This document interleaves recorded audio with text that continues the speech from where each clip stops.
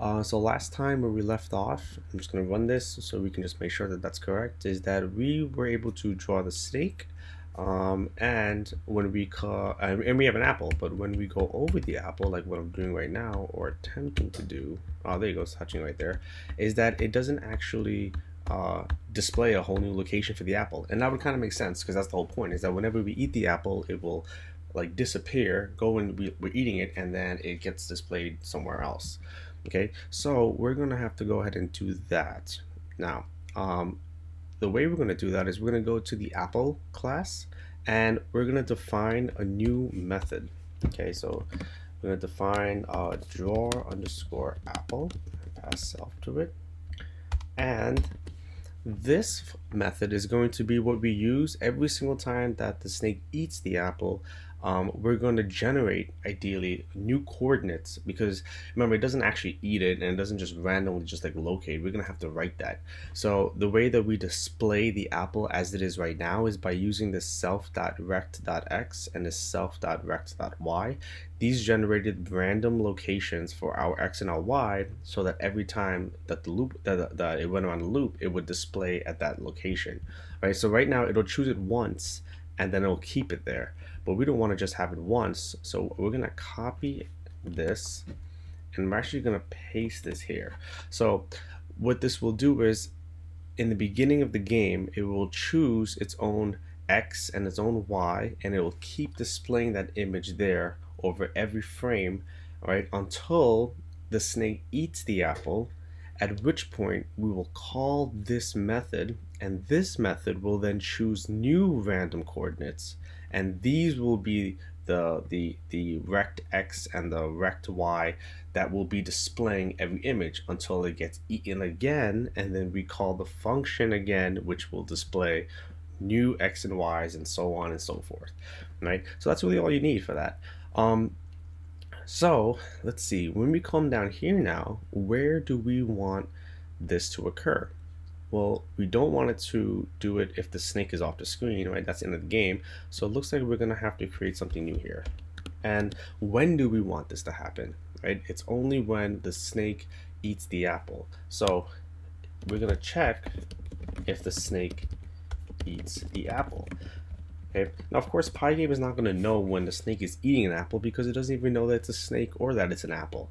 It's just pixels on a screen. But we can use what we have so far, and we can use things that Pygame already has installed to do that. So let's see, there is something here that we can use. Okay, it's called Pygame. Pygame dot sprite dot collide rect. Okay, and what this is going to do is, as soon as I find it here, oh there, I think I just saw it, there you go. Okay, pygame.sprite.collide rect, it detects a collision between two sprites. In our case, that's perfect because we have player and apple using rectangles, and that's great because in our classes we defined self.rect.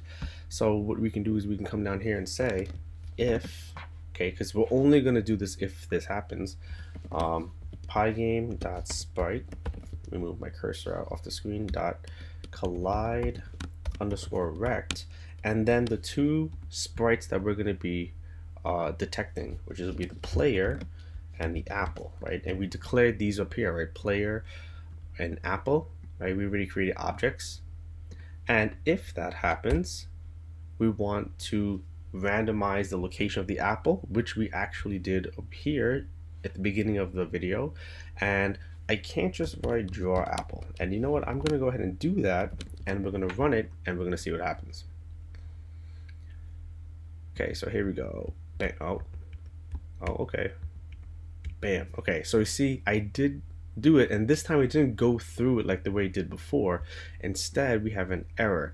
Okay, and it says draw apples not defined, but that's weird because didn't we literally just define it right here? Like I see it. So what went wrong? Well, what happened was, and let me see, can I exit this off? Yeah, let's exit this off. Okay, what happened was that the location of this method is inside of this class, right? And the variable, oh, I shouldn't say the variable, but the object here that we created, right, that was equal to this class was Apple. So I need to say Apple dot anything inside here. So I'll say Apple dot draw Apple. So this is, it will go to the class, okay, then we'll go to the method in that class, and now it should be able to run. Of course, we're gonna check that. All right, here we go. There you go. See, there you go. And it's moving to different locations, which is perfect. Oh crap! And so it works perfectly fine, right? So I'm just gonna go die. Okay, great. After that, now it's great that now it's generating randomly, but we want to be able to display more than that, right? What's the next thing that would probably happen? If you're hitting it, it displays. You're gonna want to. I'm thinking we want to have like a score. So to do that, I'm going to create a whole new thing over here. I'll just say game functions. Okay, so it's not a class, it's not part of the main loop, it's not like random variables, just whole area just for functions. And we're gonna say define let's call it message to screen. Okay, what are some things that we might need to put here to display a message? Well, the first thing is I'm gonna assume that we need some text, right? I'm gonna put a comma and a space, and what we're going to do is we need to create something called a font object. Okay, and so we're going to say font is equal to pygame dot font dot capital S system font, right? SYSFONT. And inside of here, and I believe I actually still have this here, so I know this is a little annoying to go back and forth, okay, but it's still good to see. And you notice it's always the same site that we're using here. Okay, so pygame.font.system_font, it creates a font object from the system fonts. So your system will have specific randomly generated fonts, and I like to use Comic Sans MS. Now, if your computer does not have that, you can use something called sans serif, right? That's pretty standard amongst all operating systems, so you should be okay with that. And then I also want to do font size, and I believe that's what it said here as well. Okay, so if I click on this, we want the name of the font which we've chosen and the size of the font. We're not going to worry so much about bold and italic right now. We'll just do the basic stuff. Now, if you want to have one font size for all of your messages, then you can just put a number there. But because I know that if I want to have like a score at the top, I want the score to be small, right? Just big enough so that the player can see it at any time that he wants or she wants. And I also want to display game over like in big, you know, and maybe display game over in big font, but then right below it give like a nice easy font to read for if you want to play it again. So that's why I'm going to create a variable here, and we will pass that variable depending on the message. Okay, additionally, after that, we need to then render the font. So again, I'm going to come back over here, and it says pygame.font.font.render. So this will draw the text on a new surface. And we're going to say message is equal to font. Okay, so this is the object, right? This you can think of it like this. We had Apple is equal to, we created an object from this class. So the same thing down here, and I think I just lost myself. Okay, there it is right there. Font, right? I'm creating a font object. So now font dot. So now that I have that there, I can go in, and I want to make sure that this is really clear, right? So I set font, which is this variable, equal to this, right? To this class right here. So now when I click on it, I have access to all of this. All of these are actually methods, okay? And what I'm going to use is I'm going to use font.render, and when you render this screen, okay, it says, what do we need? So I'm going to go ahead and click on this. We need the text, anti-alias, okay, that's just how Pygame displays like the smoothness, the color, and we're not going to talk about the background yet.